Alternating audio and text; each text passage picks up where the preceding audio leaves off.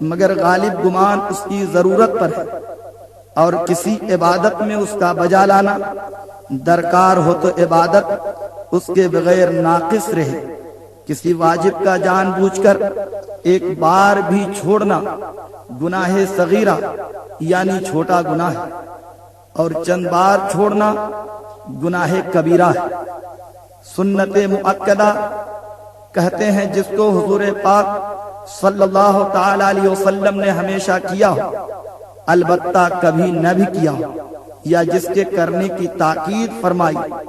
سنت مؤکدہ کا کرنا ثواب اور نہ کرنا بہت برا، بلکہ اس کے چھوڑنے کی جو اپنی عادت ڈال لے وہ عذاب خداوندی کا مستحق ہے۔ سنت غیر مؤکدہ کہتے ہیں جس کا چھوڑنا شریعت کو پسند نہیں، اس کا کرنا ثواب اور نہ کرنا اگرچہ عادت کے طور پر ہو عتاب کا ذریعہ نہیں۔ مستحب کہتے ہیں جس کا کرنا شریعت کو پسند ہے لیکن نہ کرنے پر کچھ ناپسندی نہ ہو۔ مستحب کا کرنا ثواب اور نہ کرنے پر بالکل کچھ نہیں۔ حرام کہتے ہیں جس کا جان بوجھ کر ایک بار بھی کرنا گناہ کبیرہ اور فسق ہے، اور بچنا فرض اور واجب۔ حرام فرض کا مقابل ہے۔ مکروہ تحریمی کہتے ہیں جس کے کرنے سے عبادت ناقص اور ادھوری رہ جاتی ہے اور کرنے والا گنہگار ہوتا ہے، اور چند بار مکروہ تحریمی کا کرنے والا مرتکب گناہ کبیرہ ہوتا ہے۔ مکروہ تنزیہی کہتے ہیں جس کا کرنا شریعت کو پسند نہیں، مگر نہ اس حد تک کہ اس کے کرنے پر عذاب آئے۔ نیز اعضاء کے دھونے کے معنی غسل میں، وضو میں یہ ہے کہ ہر عضو کے ہر ایک حصہ پر کم سے کم 2 بوند پانی بہہ جائے۔ اس چیز کا خیال ضروری ہے ورنہ نمازیں برباد ہو جائیں گی۔ بھیگ جائے یا تیل کی طرح چپڑ لینے یا ایک آدھ بوند بہ جانے کو غسل اور دھونا نہیں کہیں گے۔ بدن میں کچھ جگہیں ایسی بھی ہیں کہ جب تک ان کا خاص خیال نہ رکھا جائے، خاص کر جاڑا کے موسم میں ان پر پانی نہ بہے گا۔ اور مسح کسی عضو پر ترہات پھیرنے یا تری پہنچنے کو کہتے ہیں۔ اب وضو کے متعلق آپ اس بات کا دھیان رکھیں کہ وضو کے اندر جو 4 باتیں فرض ہیں تو ان کے دھونے میں آپ اس طرح سے خیال رکھیں کہ شروع پیشانی یعنی سر میں بال اگنے کی جگہ سے ٹھوڑی کے نیچے یعنی دانت جمنے کی جگہ تک لمبائی میں اور ایک کان سے دوسرے کان تک چوڑائی میں ہر حصے پر ایک بار پانی بہانا فرض ہے۔ ہونٹ بند کرنے کے بعد جو حصہ ظاہر رہتا ہے اس کا دھونا فرض ہے۔ نیز نت کا سوراخ اگر بند نہ ہو تو اس میں پانی بہانا فرض ہے۔ نت، بیسر، ناک کا کانٹا تنگ ہو تو پانی ڈالنے میں اس کو حرکت دے، ورنہ حرکت دینا ضروری نہیں۔ وضو میں اس طرح سے ہاتھ دھونا کہ ناخنوں سے کہنیوں سمیت کوئی جگہ ذرہ برابر دھلنے میں نہ رہ جائے، ورنہ وضو نہ ہوگا۔ ہر قسم کے جائز و ناجائز زیور مثلا چھلے، انگوٹھیاں، پہنچیاں، کنگن، چوڑیاں وغیرہ اگر تنگ ہوں کہ نیچے پانی نہ بہے تو اتار کر دھونا یہ فرض ہے۔ اگر صرف ہلا کر دھونے سے پانی بہہ جاتا ہو تو حرکت دینا ضروری ہے۔ اگر زیور وغیرہ ڈھیلے ہوں کہ بے ہلائے بھی نیچے پانی بہہ جائے گا تو کچھ ضروری نہیں۔ ہاتھوں کی 8 گھائیاں، انگلیوں کی کروٹیں، ناخنوں کے اندر جو جگہ خالی ہے کلائی کے بال کے جڑ سے نوک تک ان سب پر پانی بہ جانا ضروری ہے۔ بالوں کی جڑوں پر پانی بہ گیا مگر ایک بال کی نوک پر نہ بہا تو وضو نہ ہوا، مگر ناخنوں کے اندر کا میل معاف ہے۔ وضو میں سر کا مسح اس طرح کریں کہ سر پر بال نہ ہو تو جلد یعنی چمڑی کی چوتھائی اور بال ہو تو خاص سر کے بالوں کی چوتھائی کا مسح یہ فرض ہے، ضروری ہے۔ وضو میں پاؤں اس طرح دھوئیں کہ پاؤں کے گٹے، گھائیاں، انگلیوں کی کروٹیں، تلوے، ایڑیاں اور کونچیں یہ سب کا دھونا فرض ہے۔ آدھا بال برابر بھی جگہ رہ جائے گی تو وضو نہ ہوگا۔ وضو کے بعد رسول پاک صلی اللہ تعالی علیہ وسلم کی سنتوں کا بھرپور خیال رکھیں، کیونکہ جو رسول پاک صلی اللہ تعالی علیہ وسلم کی سنت کو زندہ کرتا ہے تو اسے بہت زیادہ ثواب دیا جاتا ہے۔ سنت اگر آپ نے چھوڑ دی تو رسول پاک صلی اللہ تعالی علیہ وسلم کی شفاعت سے محروم رہیں گے۔ لہذا آئیے سنتوں کی تفصیل ذرا سنیے اور عمل کی طرف قدم بڑھا کر رسول پاک صلی اللہ تعالی علیہ وسلم کی شفاعت کے حقدار بنیے۔ وضو میں نیت کرنا سنت ہے۔ بسم اللہ سے وضو شروع کرنا یہ سنت ہے۔ پہلے ہاتھوں کو گٹوں کلائیوں تک 3 بار دھونا سنت ہے۔ مسواک کرنا سنت ہے۔ 3 چلو پانی سے 3 کلیاں کرنا سنت ہے۔ 3 چلو پانی سے 3 بار ناک میں پانی چڑھانا سنت ہے۔ بائیں ہاتھ سے ناک صاف کرنا سنت ہے۔ ہاتھ پاؤں کی انگلیوں اور داڑھی کا خلال کرنا سنت ہے۔ جو آزاد دھونے کے ہیں ان کو 3 بار دھونا سنت ہے۔ پورے سر کا 1 بار مسح کرنا سنت ہے۔ ساتھ ہی دونوں کانوں کا اسی پانی سے مسح کرنا سنت ہے۔ ترتیب سے وضو کرنا کہ پہلے منہ، پھر ہاتھ دھوئیں، پھر سر کا مسح کریں، پھر پاؤں دھوئیں کہ یہ سنت ہے۔ حضرت امام شافعی کے نزدیک ترتیب فرض ہے اور امام اعظم ابو حنیفہ کے نزدیک ترتیب سنت ہے۔ اعضاء کو اس طرح دھونا سنت ہے کہ پہلے والا عضو سوکھنے اور خشک نہ ہونے پر قبلہ کی طرف منہ کر کے اونچی جگہ بیٹھ کر وضو کرنا مستحب ہے۔ وضو کا پانی پاک جگہ پر گرانا مستحب ہے۔ پانی بہاتے وقت ہر حصہ پر تر ہاتھ پھیر لینا مستحب ہے۔ اپنے ہاتھ سے پانی بھرنا مستحب ہے۔ وضو کرنے میں بغیر ضرورت دوسرے سے مدد نہ لینا مستحب ہے۔ وقت سے پہلے وضو کر لینا مستحب ہے۔ انگوٹھی ڈھیلی کو ہلانا مستحب ہے۔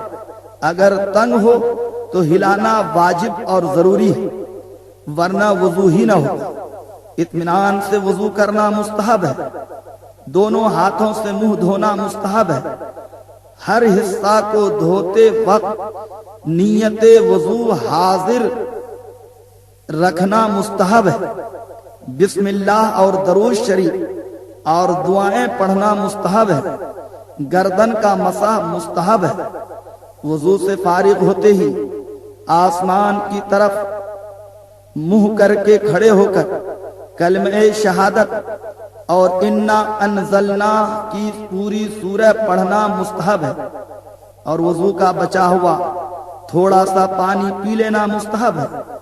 واضح رہے کہ آج کل آفتابہ وغیرہ سے وضو شاذ اور نادر اور بہت ہی کم رہ گیا ہے، اور ٹنکی وغیرہ سے لگے نل کے ذریعے وضو ہوتا ہے، اس لیے تھوڑا سا پانی لے کر پینا وضو کے بچے ہوئے پانی کے قائم مقام ہے، یعنی وضو کے بچے ہوئے پانی کی جگہ پر ہے، ورنہ پوری ٹنکی کوئی پینے سے رہا اور کوئی پلانے سے رہا۔ بغیر ضرورت بدن کو کپڑے سے بالکل خشک نہ کرنا مستحب ہے۔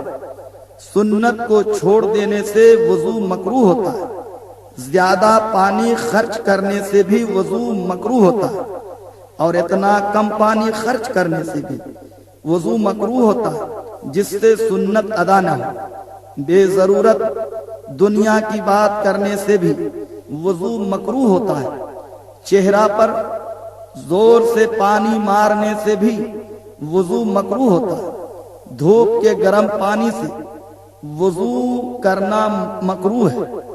اس کے علاوہ بہت سے مکروہات ہیں جو اور کبھی آئندہ موقع تفصیل کی اجازت نہیں دیتا۔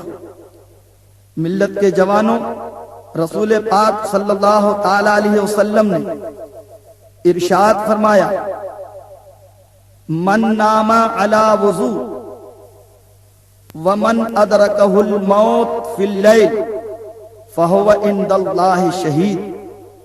اللہ کے پیارے رسول صلی اللہ تعالی علیہ وسلم نے جو ارشاد فرمایا اس کا مفہوم اور معنی یہ ہے کہ جو کوئی باوضو سوئے اور اسی رات میں اس کا انتقال ہو جائے تو وہ اللہ کے نزدیک شہید ہے۔ اس لیے ہم تمام مسلمانوں کو رسول پاک صلی اللہ تعالی علیہ وسلم کے شہدائیوں کو، اللہ کے پیارے رسول صلی اللہ تعالی علیہ وسلم کی سنت کے دم بھرنے والوں کو یہ چاہیے کہ جب رات سونے کا وقت آ جائے تو اس وقت وضو بنا کر اپنے بستر پر سو جائے۔ یہ عمل 2 منٹ کا، 2 سیکنڈ کا یا 5 منٹ کا، لیکن اس سے آپ کو فائدہ یہ ملے گا کہ آگاہ اپنی موت سے کوئی بشر نہیں، سامان 100 برس کا ہے، پل کی خبر نہیں، کس نے جانا کس کی موت کس وقت ہے۔ خدا نہ کرے اللہ آپ کی عمر دراز کرے، لیکن اگر آپ کا انتقال ایسی صورت میں ہو گیا کہ آپ جب سوئے تھے تو باوضو تھے، وضو بنا کر سوئے تھے، اور اسی صورت میں آپ کا انتقال ہو گیا تو رسول پاک صلی اللہ تعالی علیہ وسلم کے فرمان کے تحت آپ اللہ کی بارگاہ میں شہادت کا درجہ پائیں گے، آپ شہید اس دنیا سے جائیں گے۔ اس لیے دیر نہ کیجیے۔ ایک روایت میں تو یہاں تک آتا ہے کہ رسول پاک صلی اللہ تعالی علیہ وسلم نے ارشاد فرمایا کہ جب کوئی مرد مومن وضو کر کے سو جاتا ہے تو اس کی روح رب تبارک و تعالیٰ کی بارگاہ میں عرش اعظم پر پہنچ جاتی ہے، اسے رب تبارک و تعالیٰ کی حضوری مل جاتی ہے۔ اور اگر اس صورت میں وہ انتقال کر جاتا ہے تو اسے شہادت کی موت نصیب ہوتی ہے۔ اس لیے ملت کے جوانوں، ضرورت ہے اس بات کی کہ ہم تمام وضو کا اہتمام کریں، وضو کی قدر کریں۔ اللہ تبارک و تعالی ہم سب کی اس حاضری کو قبول فرمائے، اور رب تبارک و تعالی ہم تمام کو فرائض کے ساتھ رسول پاک صلی اللہ تعالی علیہ وسلم کی پیاری پیاری سنتوں پر چلنے کی توفیق رفیق عطا فرمائے۔ اللہ کے پیارے رسول صلی اللہ علیہ وسلم کی وہ حدیث مبارکہ کہ رسول پاک صلی اللہ تعالی علیہ وسلم نے ارشاد فرمایا، من تشبہ بقوم فہو منہم، جو جس قوم سے مشابہت رکھے گا اس کا حشر اسی کے ساتھ ہوگا۔ اگر ہم سب رسول پاک صلی اللہ تعالی علیہ وسلم کی پیاری سنت سے مشابہت کریں گے، رسول پاک صلی اللہ علیہ وسلم اور رسول پاک کے مقدس صحابہ کی سیرت اور ان کے کردار کو اپنائیں گے تو یقیناً رب تبارک و تعالیٰ کے پیارے حبیب کے فرمان کے تحت ہم سب کا حشر اللہ کے پیارے رسول صلی اللہ تعالی علیہ وسلم اور ان کے مقدس صحابہ کے ساتھ ہوگا۔ اللہ پاک ہم تمام کو رسول پاک صلی اللہ علیہ وسلم اور ان کے مقدس صحابہ کے کردار اور ان کی پیاری سیرت پر چلنے کی توفیق رفیق عطا فرمائے۔ میرے پیارے اسلامی بھائیوں، اور میری پیاری بہنوں، چلتے چلتے میں آپ کو ایک بات اور بھی بتا دوں کہ آپ جب وضو کرنے کے لیے پیر دھوئیں، یعنی اپنے پاؤں کو دھوئیں، تو اپنے پاؤں کے دھونے میں آپ اپنے سیدھے ہاتھ کا استعمال نہ کریں، بلکہ اپنے دونوں پاؤں کو، یعنی سیدھا پاؤں ہو کہ الٹا پاؤں، جب آپ وضو میں دھوئیں تو اپنے الٹا ہاتھ یعنی بایاں ہاتھ سے دھوئیں، یہی سنت ہے، اس کے خلاف کرنا یہ خلاف سنت ہے۔ اور آپ یہ بھی خیال رکھیں کہ جب آپ نہانے کے لیے بیٹھیں یا وضو کرنے کے لیے تو آپ اپنے کمر سے نیچے جب ہاتھ نہانے کے لیے استعمال کریں، یا آپ مثال کے طور پر پیشاب یا پاخانہ کرنے کے لیے گئے اور اس وقت جب آب دست لینے کا موقع آئے تو آپ اپنے داہنے ہاتھ کا ہرگز استعمال نہ کریں، بلکہ غسل میں بھی آپ اس بات کا خیال رکھیں کہ کمر سے نیچے ناف تک یا آپ اپنے ٹخنوں تک جب دھوئیں تو اپنے بایاں ہاتھ سے دھوئیں، اس بات کا آپ ہمیشہ خیال رکھیں۔ اور بہت سے احباب دھیان نہیں دیتے اور اپنے کمر کے نیچے کے مقام کو بھی یعنی شرمگاہ وغیرہ کو بھی وہ دائنے ہاتھ سے دھوتے ہیں، جس میں کراہیت پیدا ہوتی ہے۔ تمام اسلامی بھائیوں اور بہنوں سے پرخلوص گزارش ہے کہ اس کیسٹ کو خود بھی سنیں اور دوسروں کو بھی زیادہ سے زیادہ سنائیں، بلکہ مناسب چاہیں تو اپنی ماں، اپنی بہنوں اور اسی طریقے سے اپنے دوست احباب کو تحفہ میں بھی پیش کریں۔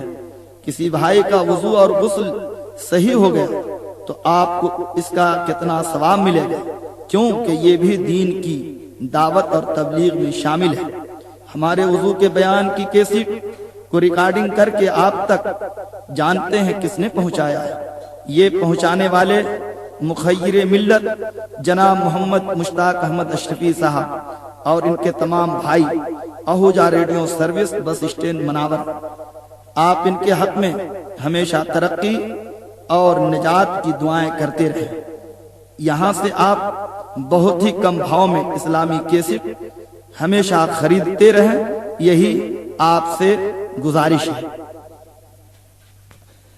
آئیے درود اور سلام رسول پاک صلی اللہ علیہ وسلم کی بارگاہ میں پیش کرنے کی سعادت حاصل کریں۔ یا نبی سلام علیکہ، یا رسول سلام علیکہ، یا حبیب سلام علیکہ، صلوات اللہ علیکہ، الصلاۃ والسلام علیکہ یا حبیب اللہ، الصلاۃ والسلام علیکہ یا رسول اللہ، وعلی آلک و اصحابک و امتک اجمعین صلی اللہ علیہ وسلم۔ اللہم ربنا آتنا فی الدنیا حسنۃ وفی الآخرۃ حسنۃ وقنا عذاب النار۔ کریم آکار سزا بندہ نواز اپنے رسول پاک صلی اللہ علیہ وسلم کے صدقے اور طفیل میں ہم سب کی حاضری کو قبول فرما۔ وضو، غسل اور تیمم کے جو بیان ہوئے مولا، ان سب پر ہم سب کو عمل کرنے کی توفیق رفیق عطا فرما، اور مشتاق بھائی اہوجہ ریڈیو سروس مناور کی دکان میں، مکان میں خیر و برکت عطا فرما، حاضرین محفل کی ہر دلی جائز نیک مرادوں کو پوری فرما۔ صلی اللہ علیہ وسلم، صلاۃ و سلام علیک رسول اللہ، سبحان ربک رب العزۃ عما یصفون وسلام علی المرسلین والحمد للہ رب العالمین، لا الہ الا اللہ محمد رسول اللہ۔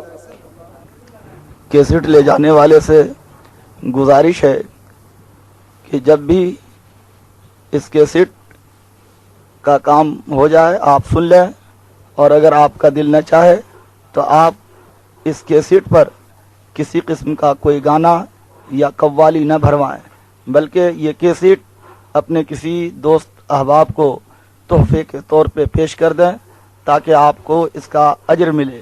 اور اگر آپ نے خدا نہ خواستہ اس کیسٹ کو ختم کر دیا تو آپ